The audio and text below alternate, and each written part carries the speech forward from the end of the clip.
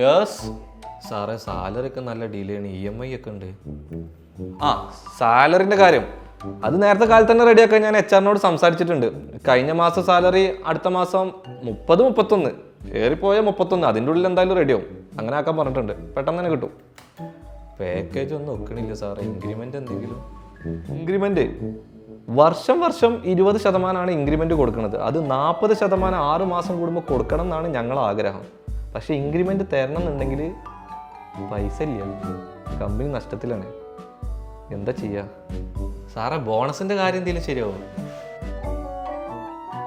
ഓണത്തിനും വിഷുവിനും bonus കൊടുക്കണം എന്നാണ് നമ്മുടെ മുന്നത്തെ തീരുമാനം.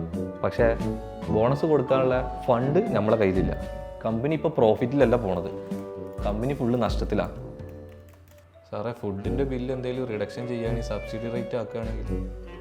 ഇവിടെ ഞമ്മക്ക് തന്നെ ചായ കുടിക്കാനും പൈസ ഇല്ല, നമ്മളെന്നിട്ട് പുറത്തുനിന്ന് കഴിക്കാതിരിക്കില്ല, അഡ്ജസ്റ്റ് ചെയ്ത് ജീവിക്കുക. അങ്ങനെയല്ല, ജീവിതം മുന്നോട്ട് പോകണ്ടേ?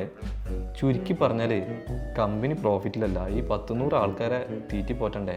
അവർക്കുള്ളത് തന്നെ ഒരു ഏർപ്പാട് നിലയിൽ അങ്ങനെ പോവുകയാണ്. അതാണ് ഇപ്പോൾ ശരിക്കും സത്യാവസ്ഥ.